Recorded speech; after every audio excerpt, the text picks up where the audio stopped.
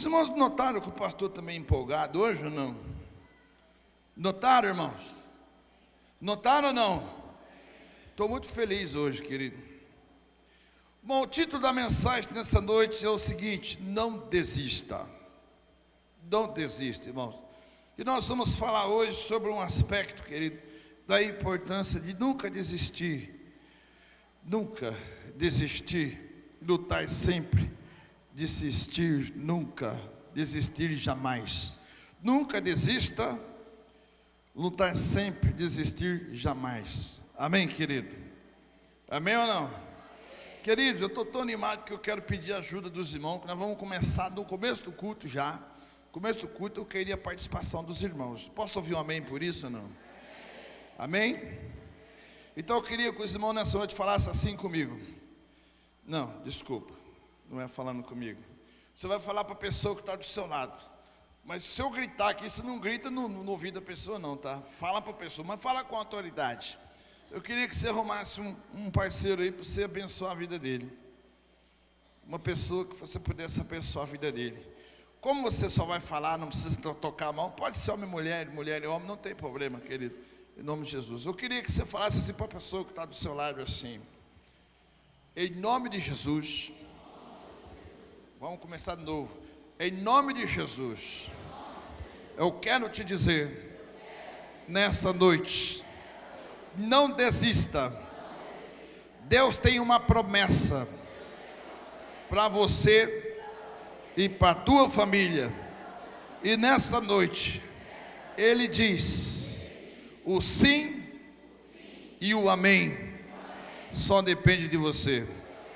Amém? Amém, amados? Quem crê nisso? Glória a Jesus Cristo. Queridos, nessa noite, para nós começar, nós vamos então no texto de Marcos, capítulo 5. Um texto, eu vou repetir, bastante conhecido. No capítulo 5, dos versículos 21 até o versículo 24. E depois nós vamos para o versículo 35 até o 43. Porque nós vamos falar da história da filha de Jairo. A cura de uma menina, a princípio que se tornou numa ressurreição, porque a menina morreu. E aí, queridos, no meio dessa história tem uma história aqui de uma mulher que tinha um fluxo de sangue. Mas nós não vamos falar da mulher do fluxo de sangue. Nós vamos pular a história e vamos nos deter nessa noite somente na história do Jairo, querido. Eu queria convidar os irmãos então em Marcos capítulo 5, do versículo 21 até o versículo 24. Aí depois nós vamos lá para o versículo 35 até o 43. O tema dessa noite é: não desista, nunca desista, lutar sempre, desistir jamais. Diz assim a palavra de Deus: tendo Jesus passado de barco para o outro lado, ajuntou-se a ele uma grande multidão, enquanto ele estava junto do mar. Então chegou um dos principais da sinagoga, por nome de Jairo, o qual, vendo-o, prostou-se aos seus pés e rogava-lhe, dizendo muito: minha filha está à morte, rogo-te que venhas e lhes imponhas as mãos, para que seja sarado, para que sare, para que viva. Pelo que Jesus foi com ele, e uma grande multidão o seguia, comprimindo-o. Amém? Versículo 35, agora mais um pouco à frente, diz assim: estando ele ainda falando, chegaram alguns da casa do principal da sinagoga, quem disseram: a tua filha está morta, porque incomodas o mestre. Jesus, porém, tendo ouvido essas palavras, disse ao principal da sinagoga: não temas, crê somente.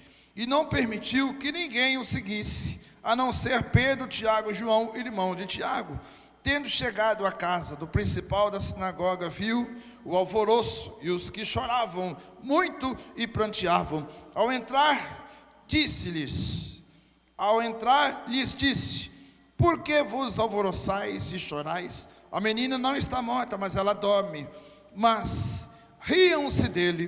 Tendo ele, porém, feito sair todos, tomou consigo o pai e a mãe da menina e os que vieram com ele, e entrou onde ela estava. Tomando-a pela mão, disse: Talita cumi, que quer dizer: menina, eu te ordeno, levanta-te.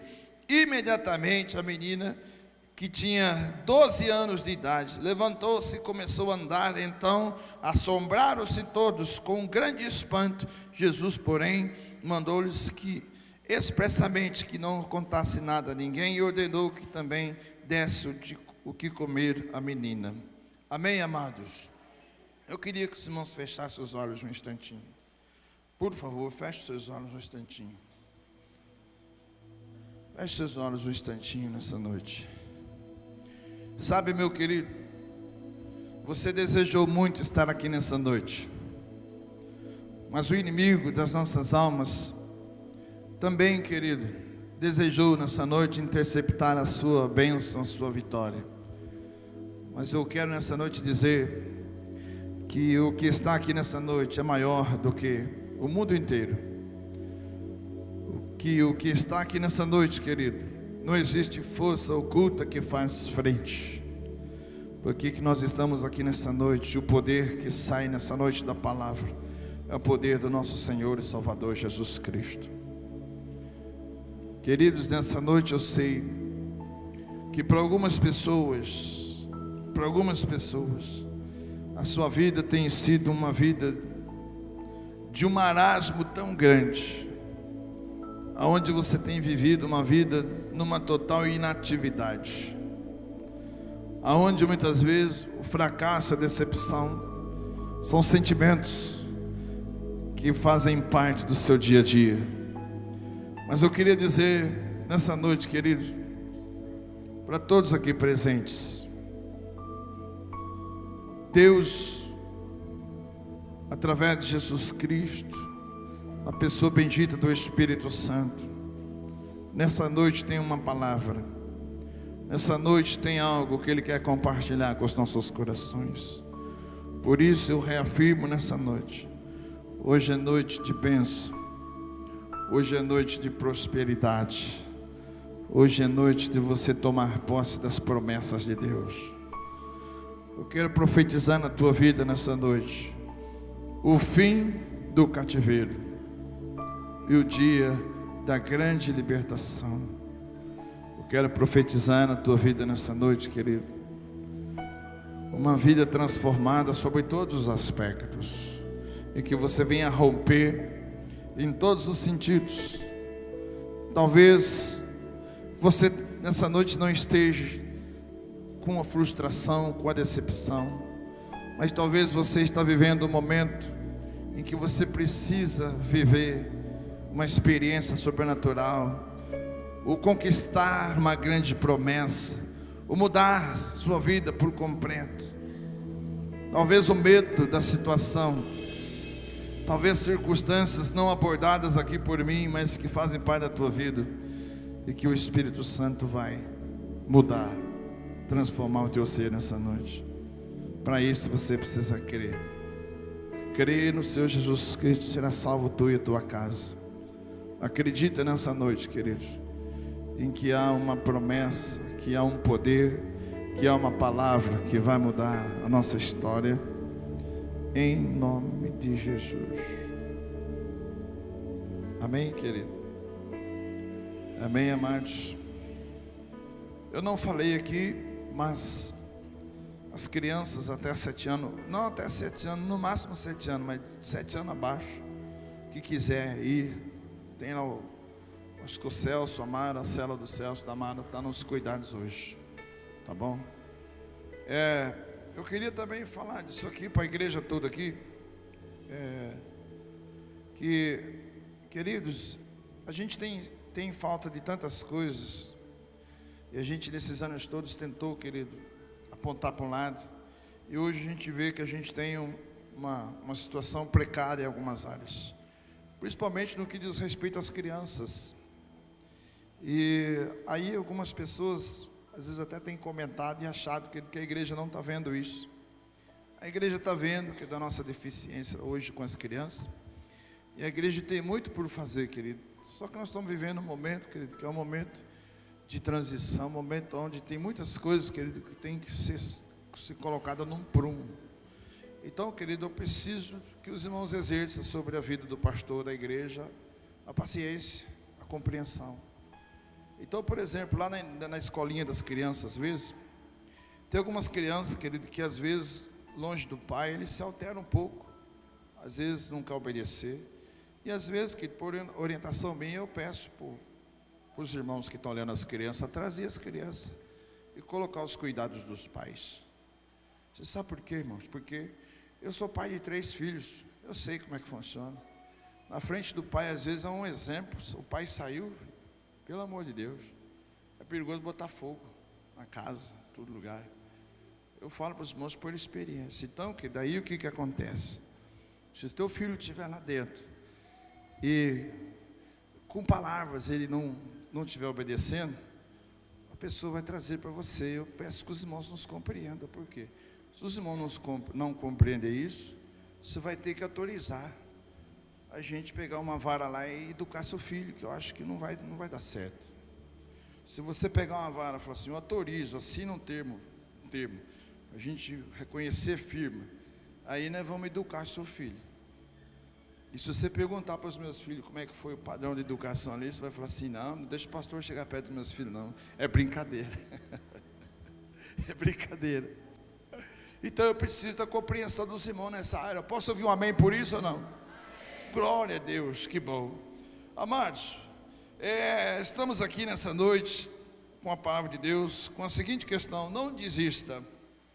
Amados, eu confesso para os irmãos aqui que quando eu estava estudando essa palavra aqui, uma palavra conhecida, eu sempre faço menção disso, e olhando mais por conta do que Marcos falou, eu vou dizer para os irmãos, vou ser sincero para os irmãos, o Jairo realmente é um exemplo para nós, em muitos aspectos, irmãos. Porque, querido, eu acho assim que todo ser humano, dentro da sua formação, dentro do seu dia a dia, no que diz respeito às suas atitudes, no que diz respeito às suas decisões, querido, muitos, querido, são pessoas que desistem. Querido, eu posso confessar para os irmãos nessa noite, a minha esposa sabe disso, que eu, além do que eu tenho dentro do meu temperamento, algo que se chama conservador, e que isso por natureza eu vejo que não é uma coisa boa. Dentro do meu temperamento eu acho que é defeito você ser conservador, principalmente eu sou um conservador.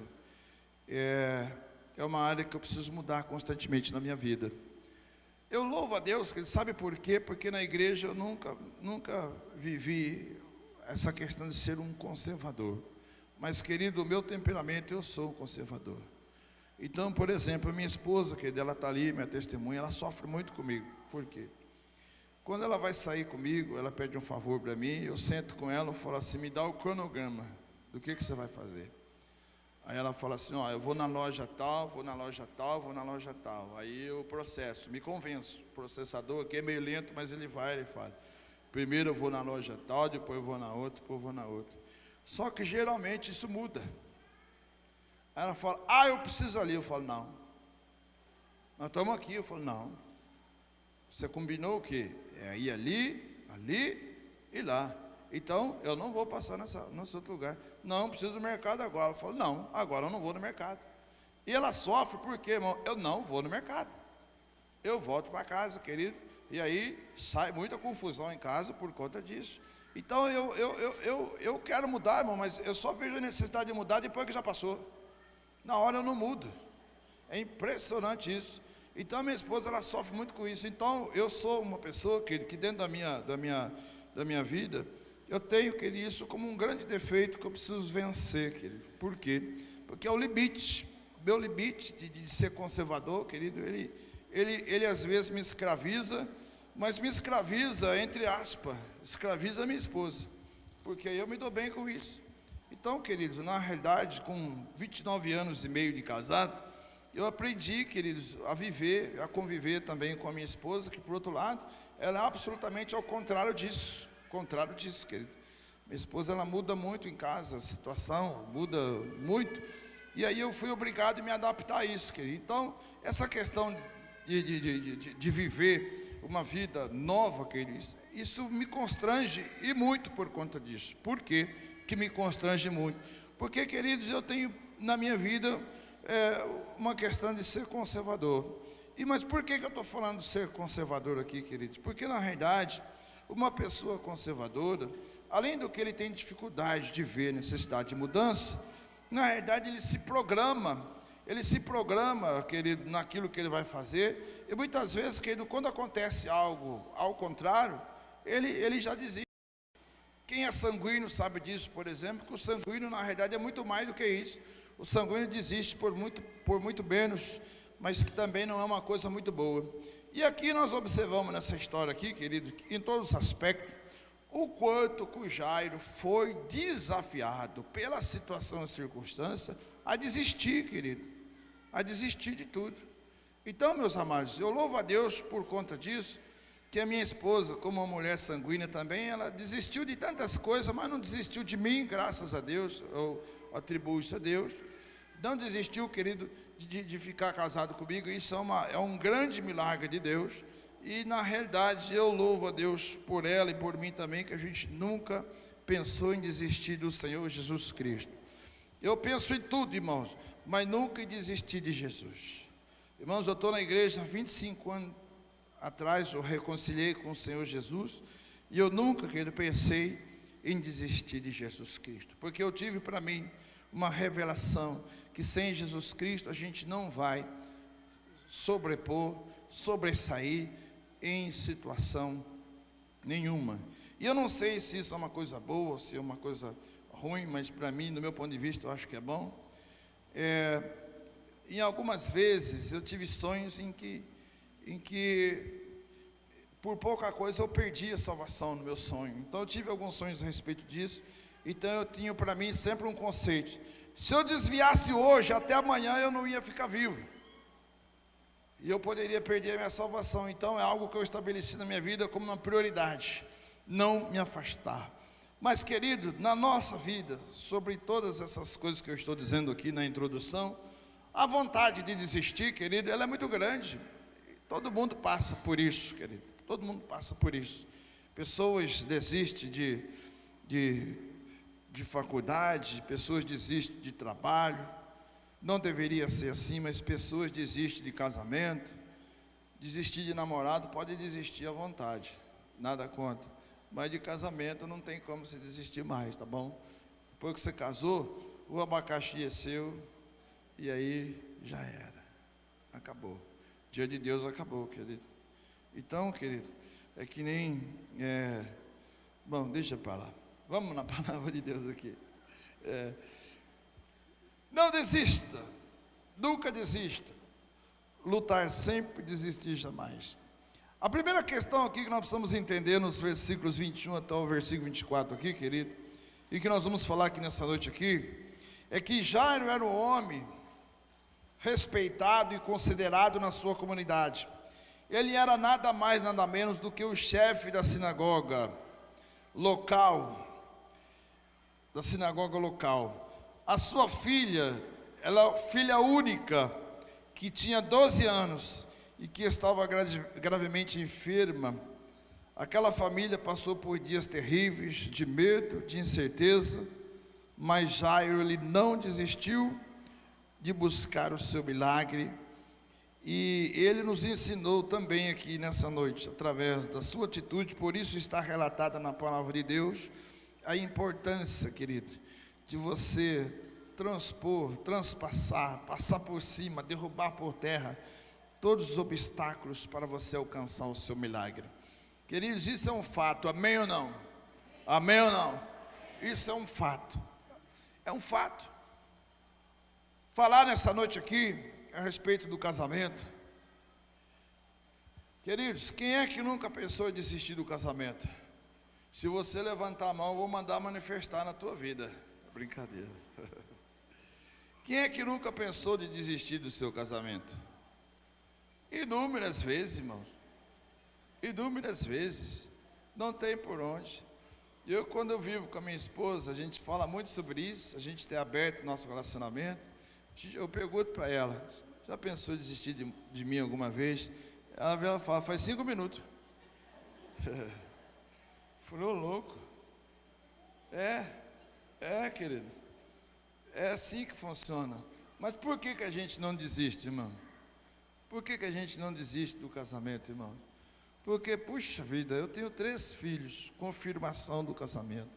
Estou há 29 anos. Já comi o pão que o diabo amassou, brincadeira. Brincadeira. Vai desistir agora? Irmão, não tem nexo isso. Não tem nexo, querido. Hoje eu encontrei um amigo meu, hoje aqui, estava eu com o antes aqui na igreja aqui, chegou um amigo meu que veio me agradecer, porque ele está numa outra igreja, mas ele tem eu como uma pessoa que foi bênção na vida dele. E esse amigo meu, ele é muito espontâneo, ele olhou bem para mim assim e falou assim: pastor, quantos anos o senhor tem? Eu falei: 52. Ele falou assim: nossa, você está acabado, hein? Você está acabado, hein, com 52. Aí eu peguei e falei para ele: calma, mas a Bíblia fala lá em 1 Coríntios, capítulo 15, que você semeia o seu corpo corruptível e você vai receber um corpo incorruptível. Então, meu querido, isso aqui vai ficar ali. Se Deus não arrebatar a igreja, ali vai ficar ali no final da Avenida Saudade vai ficar ali, filho. Então eu estou preocupado com o corpo que eu vou receber lá na glória. Então pode falar o que você quiser, se é sincero, eu sei que eu conheço se é sincero. Você falou que eu estou acabado, mas não tem problema, o que é importante é o espírito. Eu fiquei com a vontade de dar uma rasteira nele, é brincadeira. Sabe, irmãos, deixa eu falar uma coisa para você. Quantas vezes eu pensei em desistir? Irmãos, inúmeras vezes eu pensei em desistir. Mas, irmãos, por que eu não desisti, irmãos? Por que a minha esposa não desistiu? Porque a primeira coisa que a gente tem que entender, que a gente precisa entender, é que você tem que estar sujeito às ordenanças e às leis, irmãos. E quando você está sob um princípio da palavra de Deus, você tem, querido, que obedecer. Não tem como. Não tem como. O apóstolo Paulo, ele quando se refere ao casamento, por isso que ele era solteiro, nunca casou, ele se refere que o casamento é um mistério. É um mistério, irmãos. A coisa mais doida que existe na face da terra é o casamento. E Deus escolheu como base isso. Então eu vou dar um conselho para você. Para de olhar defeito que todo mundo tem. Olha para as qualidades e vai viver seus dias felizes, porque ninguém merece, irmão, estar junto com uma pessoa e que você, querido, está momentaneamente brigado, chateado. É a coisa pior do mundo, irmãos, pelo amor de Deus. O Arthur, ele fez um favor para mim, ele levou lá na minha casa, lá um negócio de dar soco, levou a luva também para dar soco. Aí os irmãos falam: pastor, por que é isso aqui? Eu falei: porque quando eu fico irritado com a minha esposa, eu ponho essa luva aqui e eu dou soco aqui, soco, chuto, para lá e para cá. Aí ela fala: o que você está fazendo? Eu falo assim: não me interrompa, estou dando soco. Aí eu solto a luva, vou para dentro de casa, falo assim: sim senhora, pode falar, o que você quer? Eu quero que você lave a louça. Eu falo: sim senhora, eu vou lá lavar a louça. É brincadeira isso. Sabe, irmãos, então tem coisa na sua vida que você tem que parar um pouco e pensar. Não tem como mudar. Você decidiu casar, está casado, agora você tem que ir embora. Então a palavra desistência ali, querido, vai ser uma palavra que ela nunca vai trazer, querido, na sua vida nenhum tipo de conforto. Então quem é que não pensou em desistir, querido? Mas, amados, a desistência, que ela leva muitas pessoas a viver situação em que muitas vezes as pessoas, ela perde e muito. Por quê, querido? Eu estou dando um exemplo da família, evidentemente, estendendo a palavra aqui, mas, querido, aqui não, aqui a desistência aqui poderia trazer um prejuízo enorme para a vida do Jairo. Queridos, nós vamos nos firmar aqui na palavra aqui, e vamos falar aqui a importância de você vencer alguns obstáculos, amém ou não? O primeiro obstáculo é a tradição e o medo de perder a posição. É o primeiro obstáculo. Por exemplo, no versículo 22 e versículo 23 fala o seguinte: então chegou um dos principais da sinagoga, por nome de Jairo, o qual, vendo, prostrou-se aos seus pés e rogava-lhe muito, dizendo: minha filha está morta, eu rogo-te que venhas e lhes impõe as mãos, para que ela sare e viva. Quer dizer, querido, o que o Jairo precisava primeiro vencer aqui? Vencer. A primeira coisa que o Jairo tinha que vencer aqui, sabe o que é, irmãos? É a tradição e o medo de perder sua posição. Por que a tradição, querido? Porque muitas vezes a tradição, irmãos, ela nos oprime muitas vezes. Porque tem pessoas que é metódico a isso, em questão de tradição. Tem pessoas que ele sofre, mas ele vive em função de viver uma vida presa nessa questão de tradição, principalmente no que diz respeito à tradição familiar e assim por diante.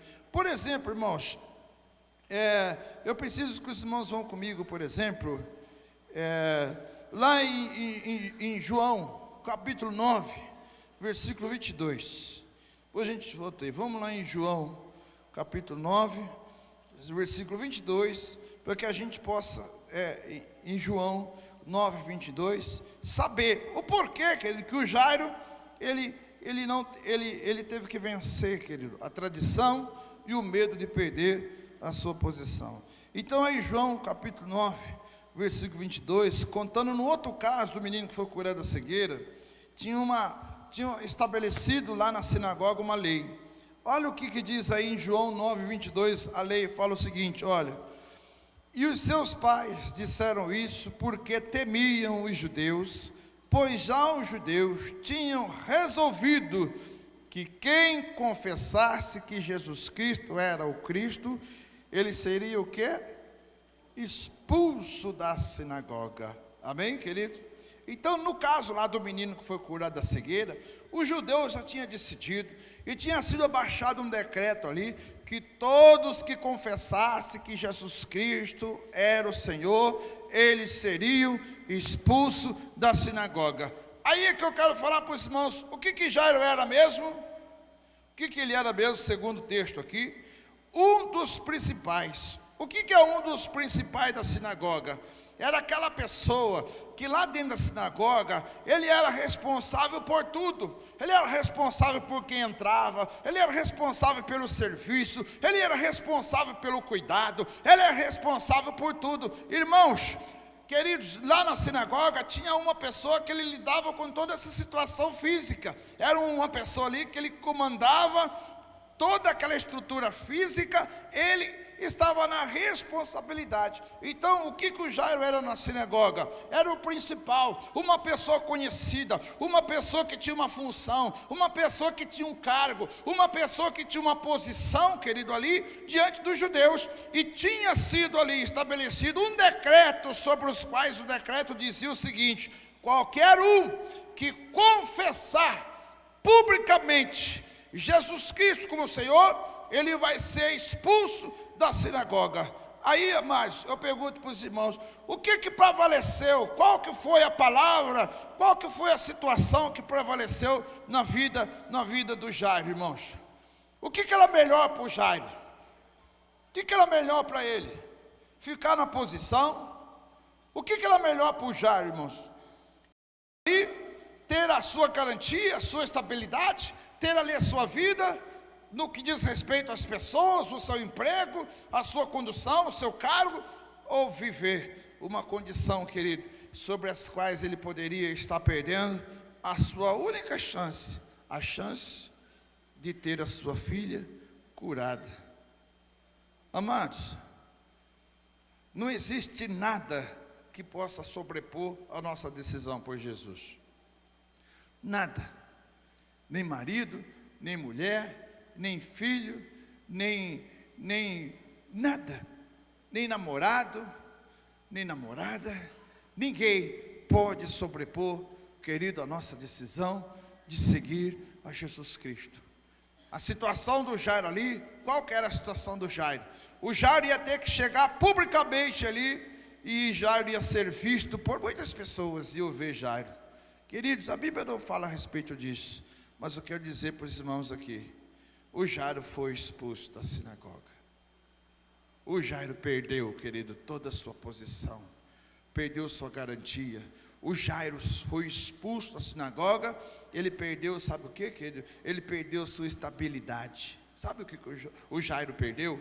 O Jairo perdeu, querido, a sua zona de conforto, a sua área de conforto, ao qual muitas pessoas lutam para que alcance isso, a zona de conforto. Quando o Jairo decidiu publicamente. A Bíblia diz aqui que então, versículo 22, então chegou um dos principais da sinagoga, por nome Jairo, o qual, vendo a Jesus, o que ele fez, irmãos? O que é que o Jairo fez? Ele prostrou, ele caiu aos pés de Jesus.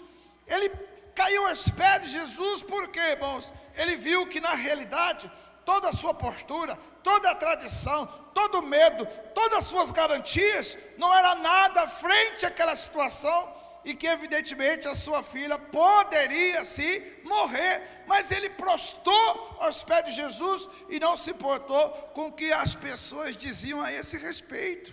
Às vezes, irmãos, até conversava com o irmão essa semana a respeito disso, às vezes nós somos presos muito pelo que as pessoas dizem a nosso respeito. Às vezes, irmãos, no meio de família, a sua decisão por Jesus às vezes contraria as pessoas, no sentido pejorativo até. Às vezes as pessoas ficam olhando para quem tomou a decisão por Jesus e querendo marcar a hora e o lugar que vai ver a queda daquela pessoa. Irmãos, eu falo para os irmãos, hoje de manhã aqui, eu estava aqui na igreja, aqui, confessei para a igreja. E eu estava com a minha esposa ontem, eu vivi um momento antes da minha vida, e que eu confessei que eu cometi um erro, querido. Porque eu vivi uma situação, não quero falar sobre isso, mas onde tinha uma pessoa que eu poderia profeticamente profetizar sobre a vida dela, e ao contrário disso eu falei, será que ela vai ficar firme? E ontem eu ouvi ela longe dos caminhos do Senhor, eu falei, puxa vida, eu não ajudei em nada, eu não contribuí em nada com isso. Sabe, irmãos, às vezes nós precisamos vencer, sabe o que? O medo, irmãos. Às vezes eu vejo que tem pessoas, sabe o que? Que eles estão tão presos a isso, que eles têm medo da visão celular que está chegando agora, medo disso, medo, querido, de ser feliz, medo de entregar, medo de ir, medo de vencer, medo de tantas coisas. É isso que acontece às vezes com algumas pessoas, irmãos, medo. O que o Jairo fez, querido? A primeira coisa que Jairo fez, ele era um chefe na sinagoga, encarregado da manutenção do programa dos trabalhos. Jairo teve que pôr de lado suas tradições, e ele teve que ir prostrar aos pés de Jesus. Em relação ao medo, sem dúvida Jairo teve que vencer o medo de perder a sua posição, pois como nós vimos lá em Jó, já tinha estabelecido que as pessoas que confessassem Jesus ia perder, ia ser expulso da sinagoga. Os líderes religiosos haviam decidido que se alguém confessasse, ele seria expulso da sinagoga. Mas o que o Jairo pensou? O que o Jairo imaginou, querido, ali? É melhor eu perder minha posição, é melhor eu perder tudo, mas eu não perder a possibilidade de receber, sabe o que? O milagre na vida dele. Então, querido, no que diz respeito muitas vezes, querido, a você desistir, você tem que parar um pouco e pensar, querido, que às vezes para você conquistar algo, você tem que abrir mão de outras coisas. Você sabia disso? Se você não abrir mão do seu egoísmo, do seu egocentrismo, se você não abrir mão daquilo que você pensa, você não vai viver casado. Eu garanto para os irmãos que você não vai viver casado, se você não abrir mão disso. O casamento tem um nome, irmão, é renúncia. Até hoje, querido, renúncia. Querido, a minha esposa renuncia até hoje ela renuncia, até hoje renuncia. Você imagina, irmãos, que nessa noite aqui, eu estou dando eu com a minha esposa como exemplo, porque, querido, nesses 29 anos, a minha esposa convive com um camarada que é totalmente diferente dela.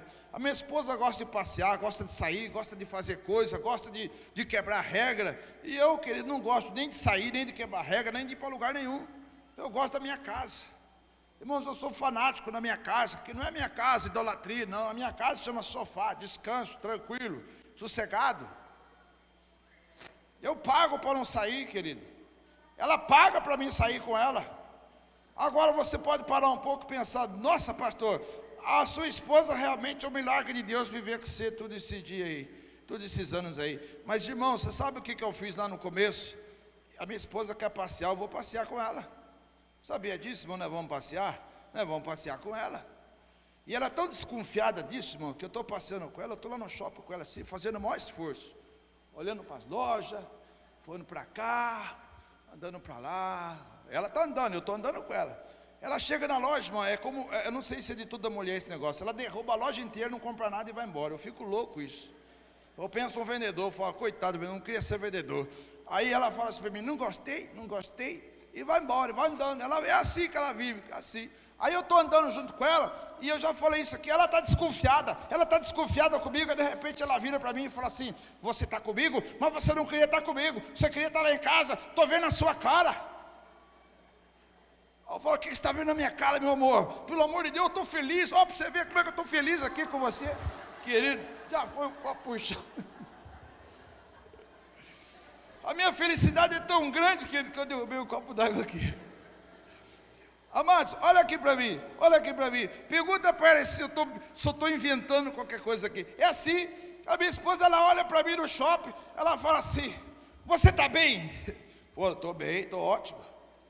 Estou maravilhoso, olha meu sorriso.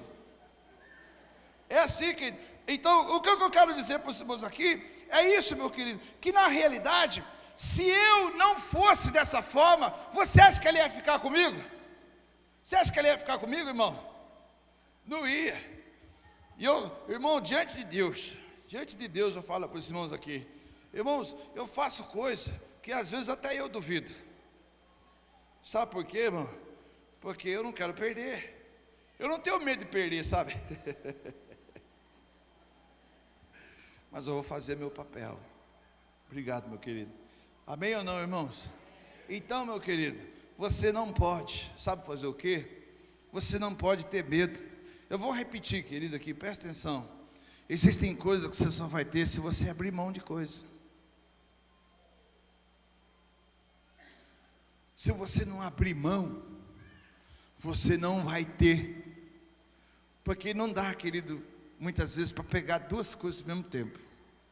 Ou é uma, ou é outra. E o casamento é assim.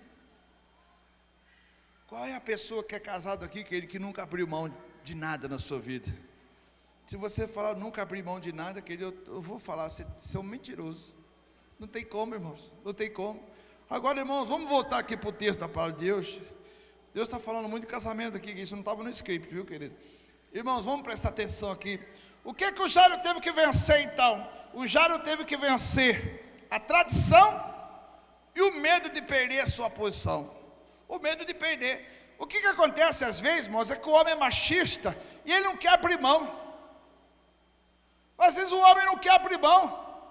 Às vezes a mulher, querido, ela é feminista e ela não quer abrir mão. Aí ficam os dois bicudos ali, dentro de casa, se amando, cheio de amor, querido, cheio de amor. Aí fica ali, um dormindo, de briga com o outro.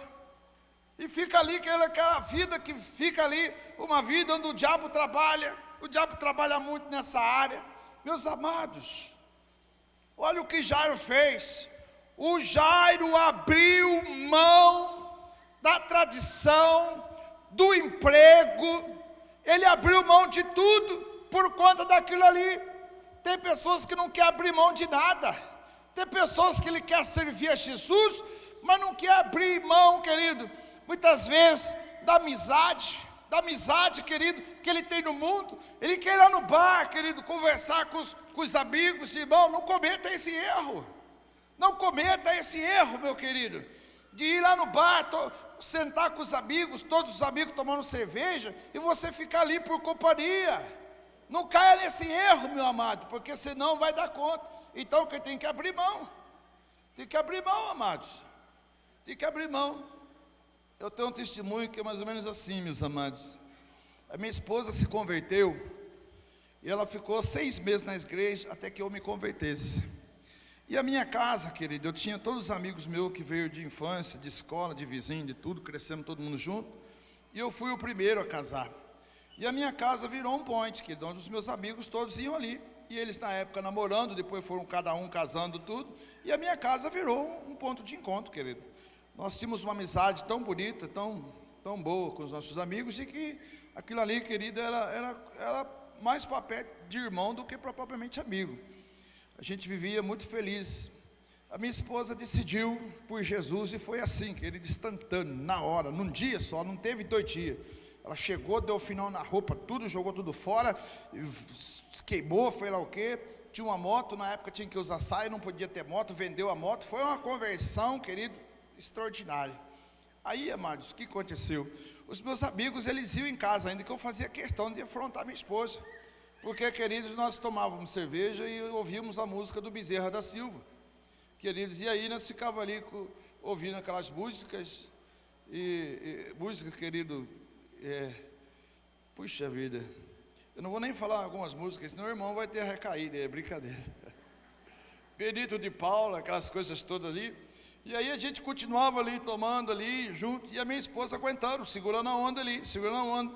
Aí quando foi por volta dos 6 meses, que um dia, a gente ficou difícil ficar em casa ali, bebendo.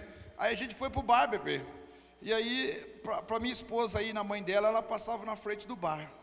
Aí quando a minha esposa um dia, ela passou, na hora do almoço, para ir na casa da mãe dela, os meus amigos todos ali, que junto comigo, eu junto com eles, começaram a tirar sarro dela. E começaram a tirar sarro da minha esposa. E nós ficamos bebendo ali, dando risada da minha esposa. Por quê? Porque quem te viu, quem te vê. A roupa, aquelas coisas todas da época, que eram costumes. Aí no meio daquela brincadeira toda, todo mundo tirando sarro da minha esposa. Eu lembro que eu fiquei no bar até umas 2 horas da tarde.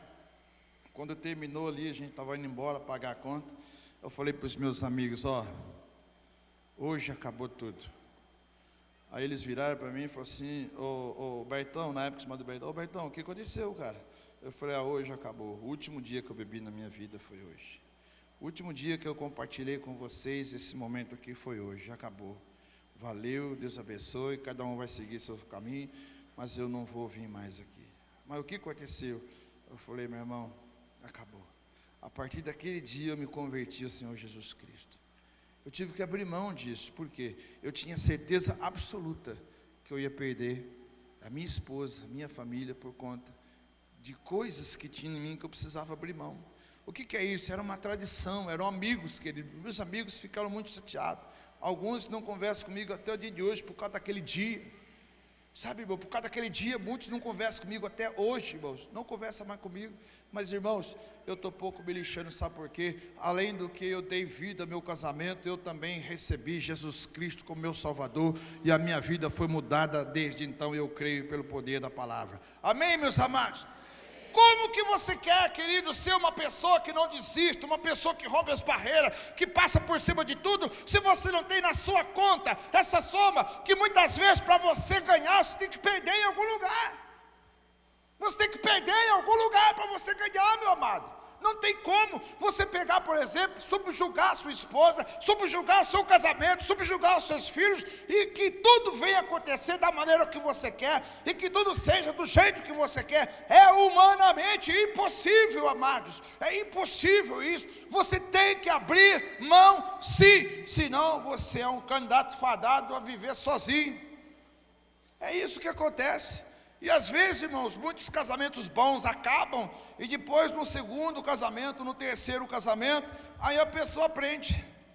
Aí, querido, o leão vira um cordeirinho. Puxa vida, precisa perder para acontecer isso? Amados, não desista, não desista. O Jairo poderia desistir, mas chegou no ápice da sua necessidade. Ele pulou e segurou nos pés de Jesus e falou assim: Jesus, o Senhor é o único que pode me ajudar. Você acha que aqueles fariseus, saduceus, aquelas pessoas que estavam ali, já filmou na hora? Pegou o celular, foi lá e tirou uma foto. Eles dobraram os pés de Jesus, é brincadeira isso. Aí levou lá, querido, e colocou lá o sacerdote, onde o Jairo estava prostrado aos pés de Jesus. Meu amado, você quer Jesus mesmo? Amém ou não? Você tem que morrer para o mundo, você tem que mudar de vida, você tem que acabar com os seus desejos, entregar tudo na mão de Jesus e caminhar. Amém, amados? Querido, segundo obstáculo que você tem que vencer, sabe qual é? A multidão. Você sabe por quê, querido? Porque tinha muita gente à frente de Jesus. O versículo 24 fala o seguinte, olha: pelo que Jesus foi com ele, e grande multidão o seguiu, comprimindo. Muitas pessoas ficavam ali apertando ele. Muitas pessoas estavam ali apertando ele. E se não bastasse, nessa caminhada, apareceu a mulher com fluxo de sangue, e aquela mulher, Jesus Cristo teve que parar, interromper a sua trajetória, para que aquela mulher ela fosse atendida. Meus queridos, eu queria que os irmãos observassem comigo João capítulo 6, versículo 2, para que a gente pudesse falar um pouco aqui dessa multidão, querido, que seguia Jesus. O Evangelho de João, capítulo 6, versículo 2, fala o seguinte.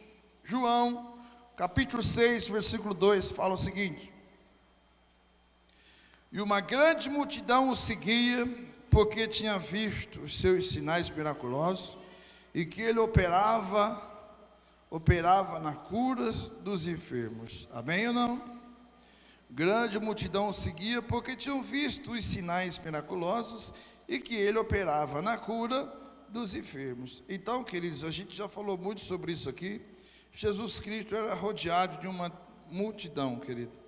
Jairo literalmente teve que vencer uma verdadeira barreira humana para receber o seu milagre.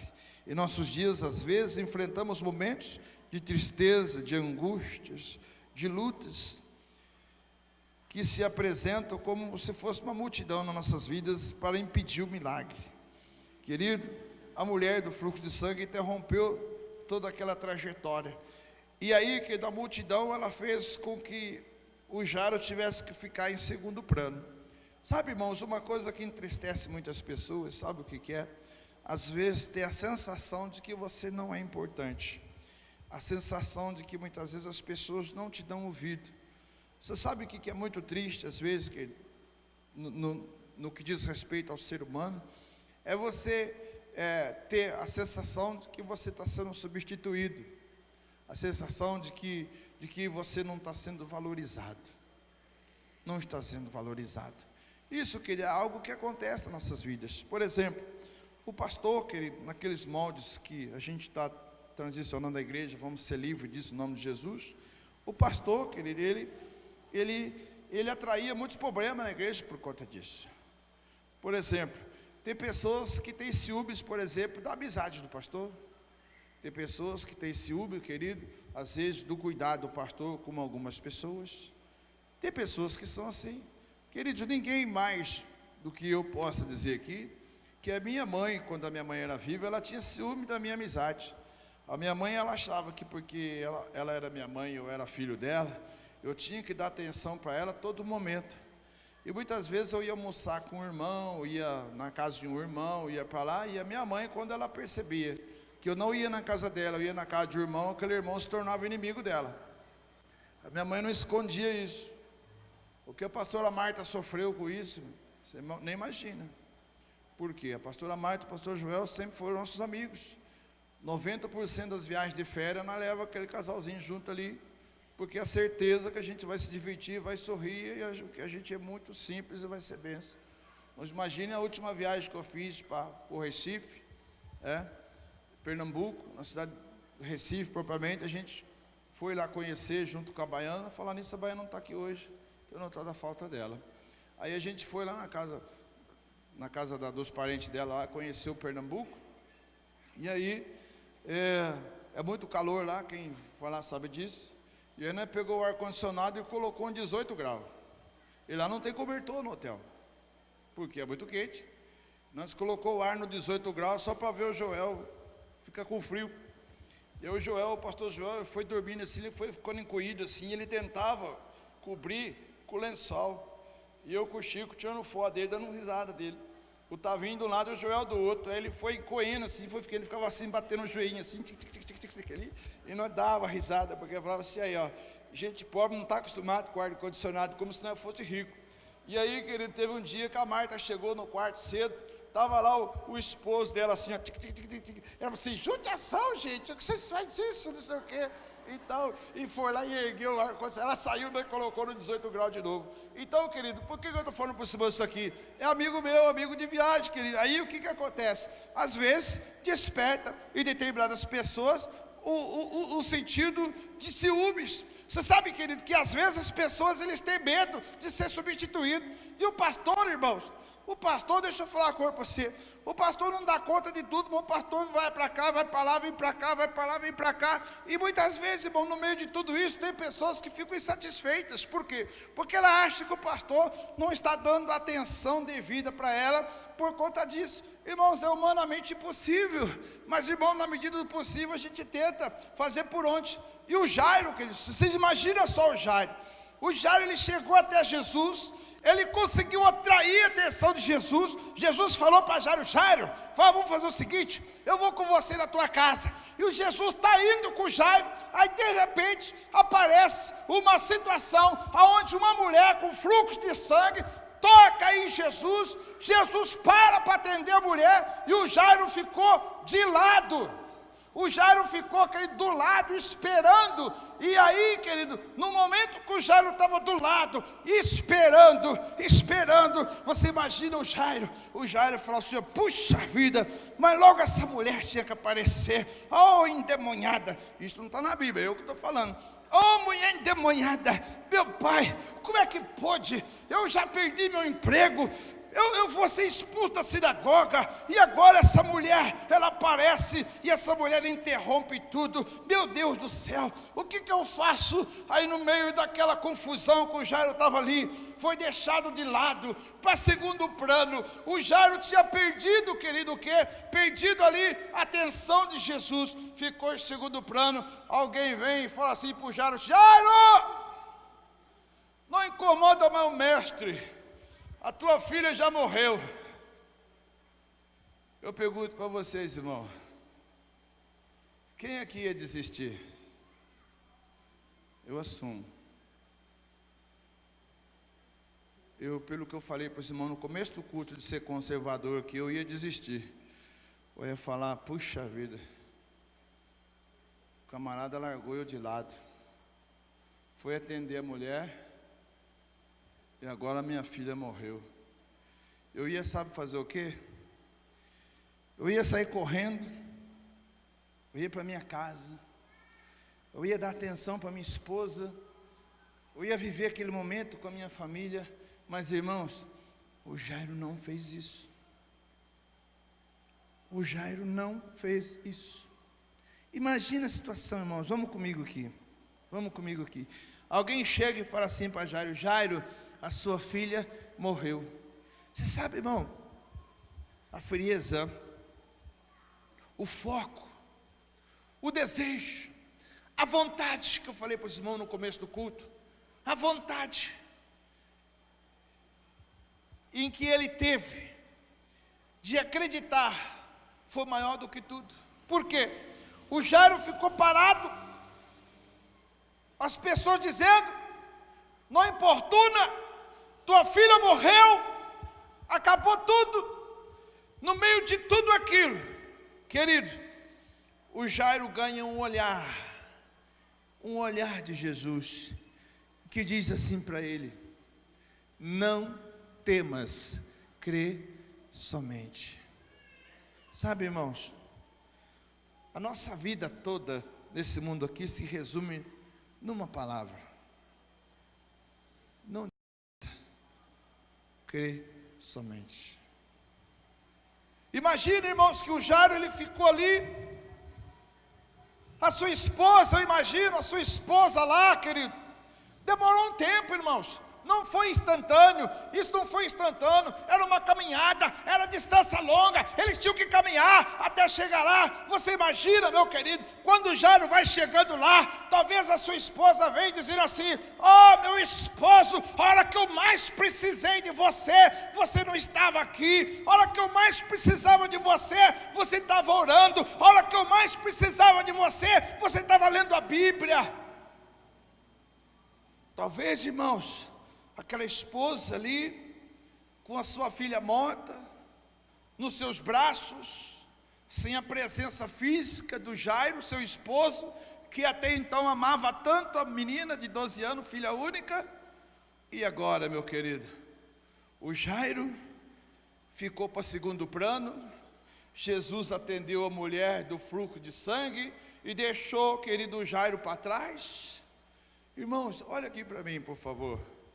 Quantos motivos você acha que tem aqui para frustração? Quantos motivos você acha aqui que tem para desistência? Quantos motivos você acha que tem aqui, querido, para que tudo aquilo acabasse? Mas agora tem uma palavra que foi liberada: não temas, crê somente. Irmãos, eu quero que os irmãos compreendam aqui. Se fosse fácil ser cristão, presta atenção, estava tupido de jeito isso aqui. Se fosse fácil ser cristão, irmãos, se fosse fácil entrar para o céu, irmãos, teria mais gente salva do que gente que não é salva. Você sabe que esses dias eu estava lá, os irmãos que estão comigo sabem disso, eu estava lá no sítio, aí chegou um irmão lá do sítio, eu não vou falar o nome diretamente, mas o irmão muito sincero. O irmão chegou em mim e falou assim, lá do sítio, o irmão falou assim para mim: pastor, Deus não é poderoso? Eu falei: é. O senhor me ensina que maior é o que está conosco? Eu falei: é. O senhor me ensina que as portas do inferno não vão prevalecer contra a igreja? Eu falei: ensino. Ele falou: por que tem mais gente no mundo do que dentro da igreja? No meio da cela. Olhei para ele assim, falei: puxa vida, rapaz, eu não parei para pensar nisso ainda. Aí eu não me lembro qual foi a resposta que eu dei para ele, mas eu achei interessante ele pensar isso. Por quê? Ele estava dizendo assim para mim: eu não estou vendo tudo isso acontecer, querido. Aí eu posso te garantir hoje, meu amado, você acha que ser salvo, ir para o céu, vai ser fácil? Você acha que o diabo vai vender barato isso? Você acha que para você ficar casado até o final, o diabo vai vender barato o seu casamento? Você sabe por quê? O diabo chega uma hora que ele já não quer mais tocar na gente, ele quer tocar nos filhos da gente. Você sabe, irmãos, eu falo para os irmãos em nome de Jesus, eu tive uma época da minha vida que eu tinha dinheiro e que eu tinha condição. Eu não precisava vir para a casa de São Paulo todos os dias, eu podia morar lá em São Paulo. Eu poderia ir para São Paulo na segunda, voltar só na sexta-feira, mas eu decidi não fazer isso. Por quê? Porque eu não queria dar risco. A Bíblia fala que tem coisas que você tem que fugir da aparência do mal. Tem coisas que você resiste ao diabo, tem coisas que você foge. E eu fugi, eu vinha para casa todo dia. Irmãos, quantas vezes eu cheguei na minha casa meia-noite, querido, e aí eu levantava 5 horas da manhã para voltar a trabalhar, 4 horas na estrada, riscos, chuvas, acidente e tantas coisas. Eu chegava em São Paulo, as pessoas trabalhavam comigo e falavam assim: Zé, você é maluco, rapaz, para que você vai embora para casa? Eu falei: puxa vida, só de ver meus filhos dormindo e poder botar a mão na cabeça dos meus filhos e falar: puxa, Deus te abençoe, eu não posso mudar isso da minha vida. Deixa eu falar uma coisa para você, meu amado: se você não for guerreiro, se você não ser persistente, se você não lutar, você vai parar, dado as circunstâncias, as barreiras. Então o que o Jairo teve que vencer? Ele teve que vencer a multidão. Ele tinha que vencer aquelas pessoas que estavam à frente dele. Ele teve que vencer, querido, já um assunto que eu entrei aqui, logo a seguida, que fala a dúvida, a incredulidade. O versículo 35 diz, em outras palavras, disseram: é tarde demais. Ele já tinha vencido 4 obstáculos e agora ele estava triste com a notícia de que a filha morreu. Sempre antes da bênção, o inferno se levanta. O desespero, a incredulidade foi o que Jairo e Jesus encontrou quando chegou na casa, queridos. E ali, querido, para que aquele milagre acontecesse, eles tiveram que tirar, que remover algumas coisas, irmãos. Às vezes a nossa vida, irmão, ela fica às vezes muito perto, muito próximo do milagre, mas muitas vezes esses obstáculos têm que ser removidos. Às vezes, irmão, a gente não tem inteligência o bastante, mas a gente precisa buscar a sabedoria de Deus para remover obstáculos, irmão, nas nossas vidas. O que te atrapalha, irmãos? O que te atrapalha? O que te atrapalha? O que atrapalha? O que atrapalha você? É o seu esposo? Não. É a sua esposa? Não.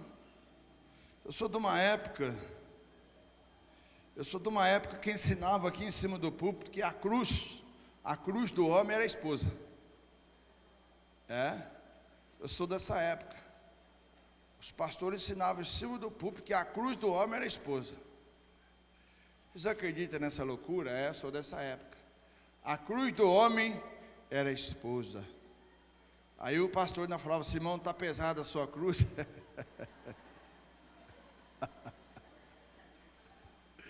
Tem bom ânimo, ele venceu e você vencerá.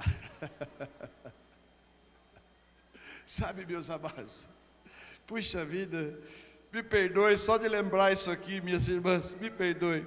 Deixa eu falar uma coisa para você. Sabe o que você tem que vencer? Vencer obstáculos. Obstáculos, irmãos. Olha o que diz o versículo 35. Vamos ler o versículo 35 de Marcos capítulo 5. O que diz o versículo 35? Fala o seguinte, olha: estando ele falando, chegaram alguns da casa dos principais da sinagoga, e eles disseram: a tua filha está morta, por que incomodas o mestre?